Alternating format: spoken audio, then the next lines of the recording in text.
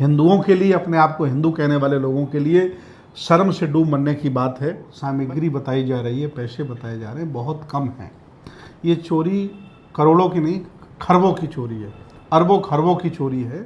Alexander Cunningham थे, उस ज़माने से हम पूरी दुनिया के बौद्ध ये कहते चले आए हैं कि जो ज्ञान की जन्म स्थली है, जहाँ तथागत भगवान बुद्ध ने आविष्कार किया था एक ज्ञान का, उस ज्ञान की स्थली पर भी अनैतिक कब्जा इन्होंने करके रखा है।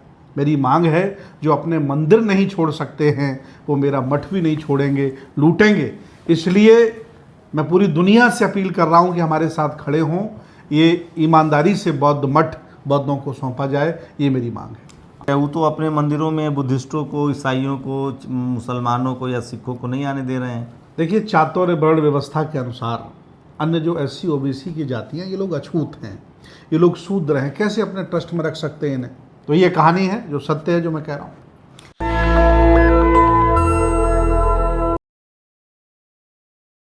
मेरे साथ धम्म के धम्म गुरु भंते सुमित रत्न हैं, और राम मंदिर में जिस तरह से चोरी का मामला सामने आ रहा है, गंभीर आरोप लग रहे हैं, उसके बाद सवाल पैदा होता है कि इस देश में जो बौद्ध विहार और ख़ासकर जो हेरिटेज बोध गया महाविहार है, महाटेम्पल है, जो बौद्ध धर्म के अनुयायियों का है, वो कितना जायज़ है कि वहाँ जनरल कैटेगरी के हिंदू रहें। जब वो अपने ही मंदिर के ट्रस्टी बनकर चोरी कर सकते हैं, तो क्या वो बौद्ध विहार को नहीं लूटते होंगे? और क्या वो महाबोधि बौद्ध विहार, जिसको सम्राट अशोक ने बनवाया था, जहाँ भगवान बुद्ध को ज्ञान की प्राप्ति हुई, उस महाबोधि बौद्ध विहार जो 1949 BT एक्ट के हिसाब से चल रहा है, संविधान लागू होने से पहले से, क्या उसे बौद्ध अनुयायियों को नहीं सौंपा जाना चाहिए? इसी को समझने की कोशिश करेंगे। भंते जी, बहुत बहुत साधुवाद, आपने कीमती समय निकाला। ये जो राम मंदिर के चोरी का मसला है, ये तो बहुत गंभीर है। कहा जा रहा है कि 200 चांदी की ईंटें, यहाँ तक कि जितनी बहुमूल्य कीमती धातुएं थी और कैश, सब कुछ चोरी हुआ है, और ये मामला पब्लिक डोमेन में है। जो खबर ये निकल के आई है कि अयोध्या में चोरी हुई है, मेरा ये मानना है कि जो सामग्री बताई जा रही है, पैसे बताए जा रहे हैं, बहुत कम हैं। ये चोरी करोड़ों की नहीं, खरबों की चोरी है, अरबों खरबों की चोरी है। और चोरी क्यों वो ना करें? उनका मंदिर उन्होंने बनाया। जब वो अपने चाहते लोगों को अरबों खरबों रुपया दे सकते हैं लोन के माध्यम से, अडानी अंबानी को, तो मंदिर से चोरी कर ले रहे हैं। कौन सा बड़ा काम, खराब काम कर ले रहे हैं। और फिर मैं बराबर कहता आ रहा हूँ कि जो मंदिर अपना नहीं छोड़ रहा है, जो अपने मंदिर को ज़बरदस्ती लूट ले रहा है, वह हमारे बौद्ध मठ को कैसे छोड़ेगा? हम लोग पिछले कई वर्षों से, आज से नहीं, जब अनागारिक धम्मपाल जी जीवित थे, लाइट ऑफ एशिया के लेखक जिंदा थे, अलेक्जेंडर कनिंघम थे, उस ज़माने से हम पूरी दुनिया के बौद्ध ये कहते चले आए हैं कि जो ज्ञान की जन्म स्थली है, जहाँ तथागत भगवान बुद्ध ने आविष्कार किया था एक ज्ञान का, उस ज्ञान की स्थली पर भी अनैतिक कब्जा इन्होंने करके रखा है। मेरी मांग है, जो अपने मंदिर नहीं छोड़ सकते हैं वो मेरा मठ भी नहीं छोड़ेंगे, लूटेंगे। इसलिए मैं पूरी दुनिया से अपील कर रहा हूँ कि हमारे साथ खड़े हों, ये ईमानदारी से बौद्ध मठ बौद्धों को सौंपा जाए, ये मेरी मांग है। 1830 के आसपास कहा जा रहा है कि जो गुरु नानक साहब का जो स्वर्ण सिख मंदिर है, वहाँ 900 किलो सोने चढ़े हुए हैं। आज तक 1 ग्राम सोना इधर से उधर नहीं हुआ। कोई बड़े गिरजाघर में चोरी की खबरें नहीं आई है, कोई मस्जिद में भी बड़े लूट चोरी की खबरें नहीं आई है।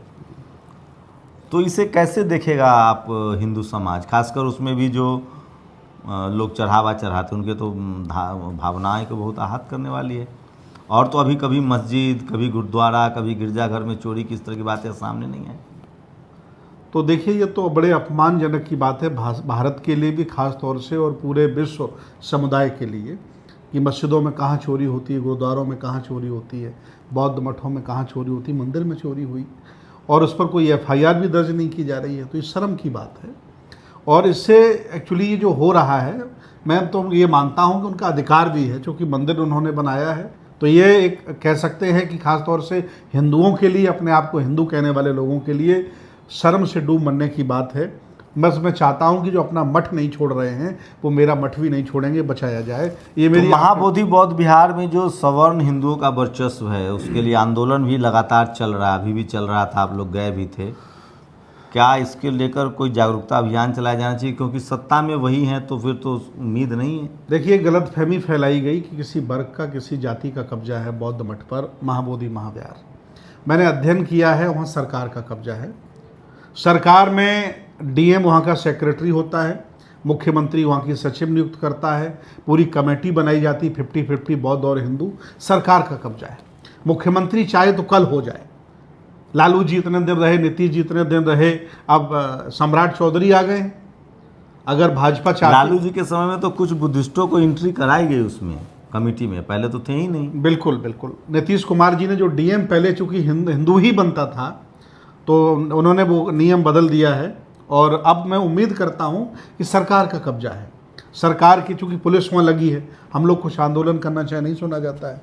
तो राम मंदिर में जैसे सारे ट्रस्टी जो हैं वो सवर्ण हिंदू हैं, एक दलित समाज के हिंदू थे लेकिन अब वो शायद नहीं है अब, तो इसे कैसे देख रहे हैं? वो तो अपने मंदिरों में बुद्धिस्टों को, ईसाइयों को, मुसलमानों को या सिखों को नहीं आने दे रहे हैं। देखिए, चातुर्य वर्ण व्यवस्था के अनुसार अन्य जो SC OBC की जातियाँ, ये लोग अछूत हैं, ये लोग शूद्र हैं, कैसे अपने ट्रस्ट में रख सकते हैं इन्हें?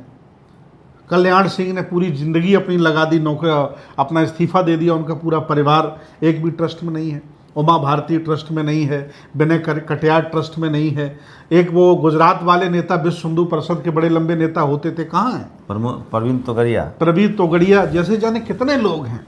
एक्चुअली चातुर्य वर्ण व्यवस्था में पूरे OBC समाज को शूद्र माना जाता है, शेड्यूल कास्ट को अछूत माना जाता है, अनटचेबल।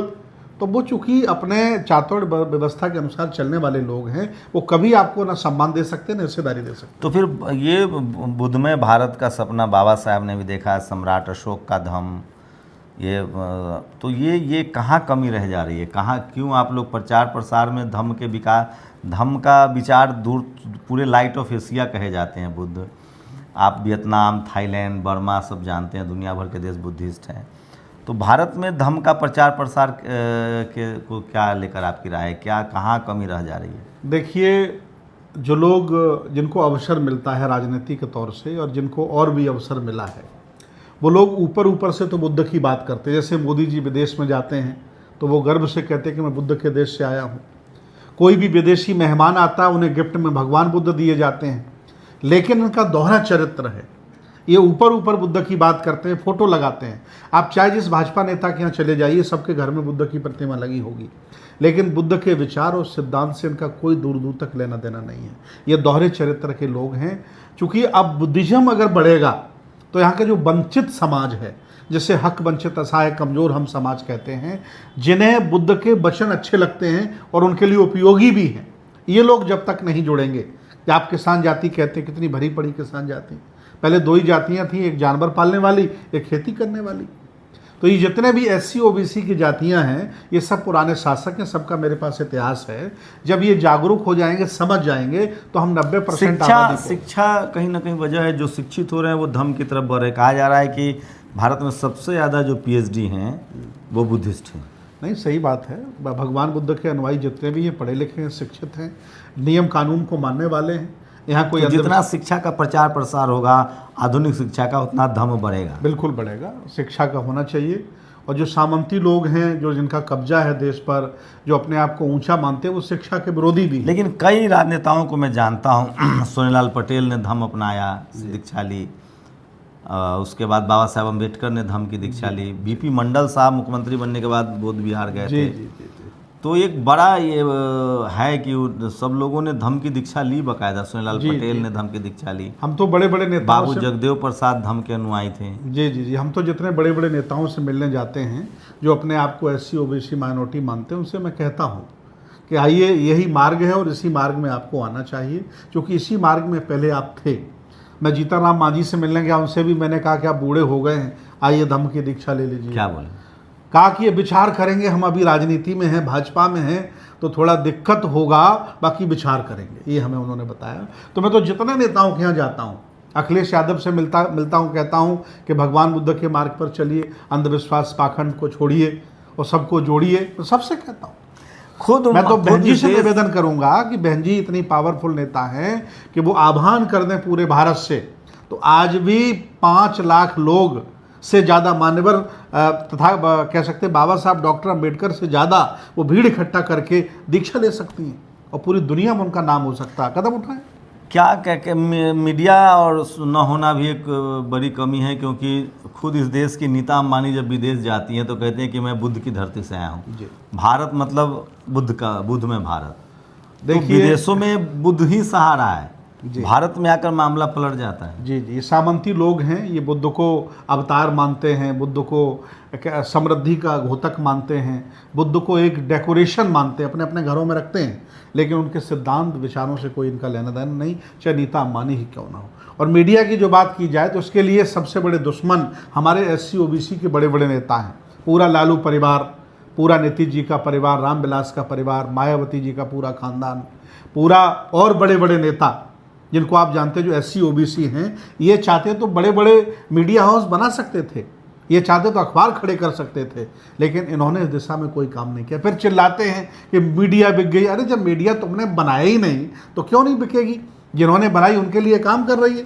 आपका तो विदेशों का भी अनुभव रहा है, थाईलैंड, वियतनाम, आज वो टेक्नोलॉजी में भी बहुत बड़ी इकोनॉमी, वियतनाम, ताइवान बड़ी इकोनॉमी है। जी, थाईलैंड, जी, वहाँ जी, जी। पूरा बुद्ध की फिलॉसफी है, और उन लोगों ने भारत में भी जैसे जितने बुद्ध सर्किट हैं, भारत में अगर विदेशी टूरिज्म के हिसाब से देखें तो बुद्ध सर्किट ही भारत में विदेशी टूरिस्ट सबसे ज़्यादा बुद्धिस्ट टूरिस्ट आते हैं। जी, सबसे अधिक विदेशी टूरिस्ट आता है। और जिस तरह से अपमान किया गया, धोखा दिया गया, जैसे भारत में सबसे ज़्यादा जो इकॉनमी इकट्ठी होती विदेशी टूरिस्ट से इकट्ठी होती है, वो भगवान बुद्ध के दर्शन करने आते हैं, बोध गया आते हैं, सारनाथ आते हैं, कुशीनगर आते हैं। लेकिन सरकार ने उनके साथ भी धोखा किया है। हमारे तीर्थ स्थलों के साथ ना ट्रेन से प्रॉपर जोड़ा, ना हाईवे से जोड़ा, और ना ही उनका कोई महिमा मंडन बड़े लेवल पर किया। प्रधानमंत्री तो कह रहे थे कि वडनगर में भी बहुत बड़ा बुद्ध विहार मिला है, और वो बुद्ध सर्किट की बात करते थे। नीतीश कुमार ने गांधी मैदान के पास देखिए सम्राट अशोक और चंद्रगुप्त मौर्य की तस्वीरें लगाई। नहीं, मोदी जी बिल्कुल सही कह रहे थे। हम गए थे बिहार में, महेसाणा में वडनगर पड़ता है, वहाँ खुदाई में बुद्ध निकले हैं। लगभग वहाँ 1 बीघे से ज़्यादा ज़मीन में भगवान बुद्ध के अवशेष निकले हैं। नरेंद्र मोदी के घर के बिल्कुल पीछे ही बुद्ध निकले हैं। ये बिल्कुल सही बात है, और उनका घर ही नहीं है। नीतीश जी का आप देखिए ना, IIT उन्होंने BIT बनाया है, यूनिवर्सिटियाँ बनाई, वो सब बुद्धा टेक तक, बुद्धा टेक है वहाँ सारा। देखिए नीतीश कुमार जी सेकुलर नेता थे, और नो डाउट उन्होंने ये महसूस कर लिया था कि मैं सम्राट अशोक के खानदान का हूँ। उन्होंने कई बार कहा भी अपने भाषण में, तो उसी के तहत उन्होंने वैशाली में बहुत बड़ा स्तूप बनवाया, और वैशाली का बहुत बड़ा सभ्यता द्वार बनाया। राजगिरी को चमका दिया, जो राजगिरी को जंगल सफारी दी, जो आप उन्होंने यहाँ कांच वाला पुल दिया, बहुत अच्छा दिया। हम उनके खिलाफ नहीं हैं, अच्छा काम किया। जब शासक को अवसर मिले तो विरासत के साथ खड़े होना चाहिए। जैसे उत्तर प्रदेश में माननीय बहन जी को अवसर मिला तो उन्होंने सम्राट अशोक के बाद विरासत को खड़ा किया। स्वीकार करते हैं, आने वाली पीढ़ी स्वीकार करती रहेगी, और करना चाहिए। जब आपको अवसर मिले तो स्वर्णिम इतिहास से वर्तमान की आवाम को जोड़ना चाहिए। एक और आखिरी सवाल कि क्या बुद्ध भी आप लोग को उम्मीद है कि महाबोधि बौद्ध विहार कभी आप लोग के पास आएगा, उसमें बुद्धिस्टों को जगह मिलेगी और वही उसका संचालन करेंगे? देखिए, हम लोग आशावादी हैं।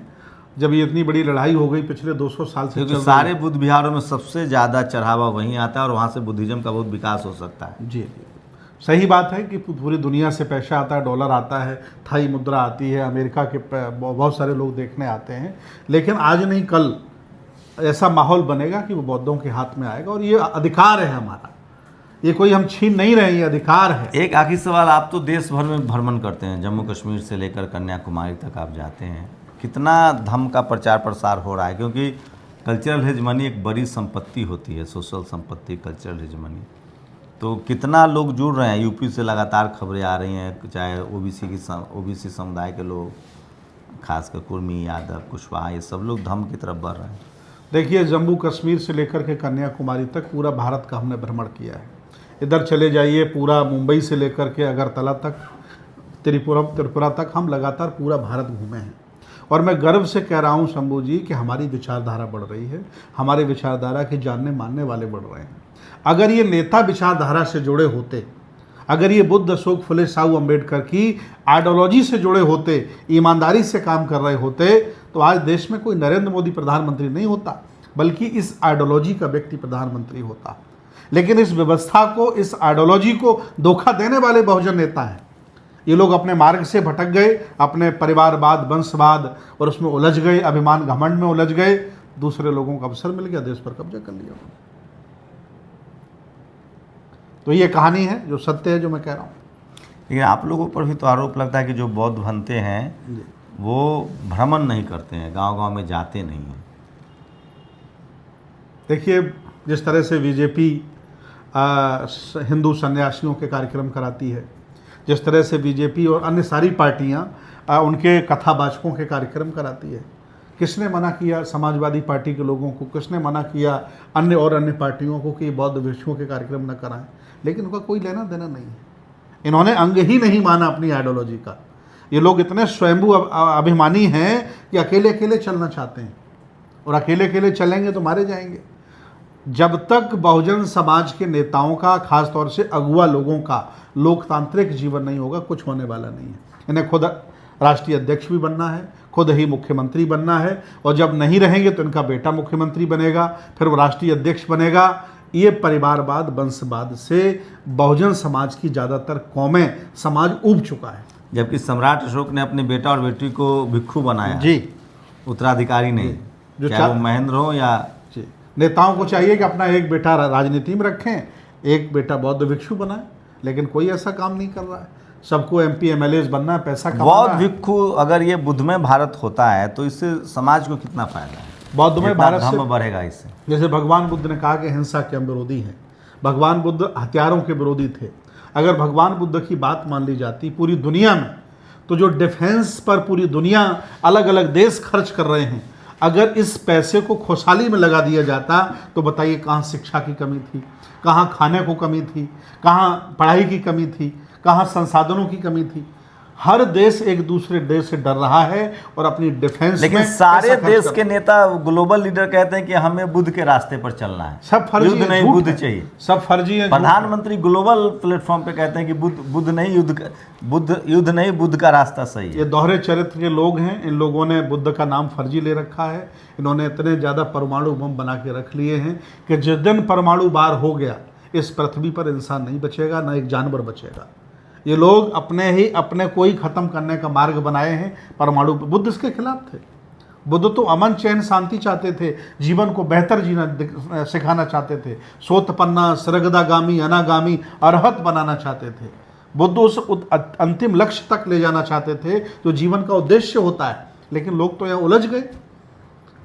हर आदमी एक दूसरे का दुश्मन है और हर नेता एक दूसरे से लड़ाता रहता है। जब भारत बुद्धमय भारत था तो इतिहासकार बताते हैं, आप पढ़ लीजिए, सम्राट अशोक का भारत, चंद्रगुप्त मौर्य का भारत, तभी अखंड भारत था, ज्ञान का केंद्र था भारत। तक्षशिला, नालंदा, विक्रमशिला जैसी यूनिवर्सिटियाँ थी।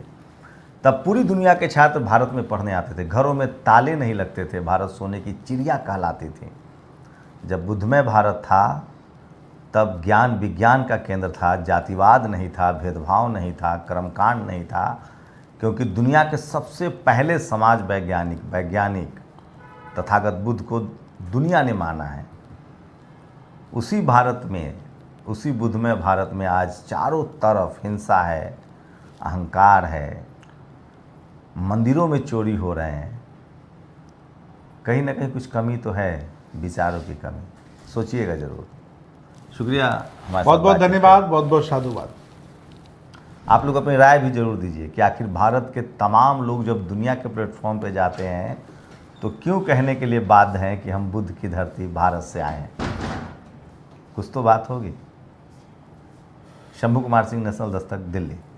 नेशनल दस्तक की आपसे गुजारिश है कि अगर इसको बचाना चाहते हैं तो नेशनल दस्तक को सब्सक्राइब करने के लिए रेड कलर के सब्सक्राइब बटन को दबाएं, फिर बेल आइकन की घंटी दबाएं। नेशनल दस्तक को बचाने के लिए बहुत जरूरी है कि हर खबर को शेयर करें, लाइक करें, कमेंट जरूर करें।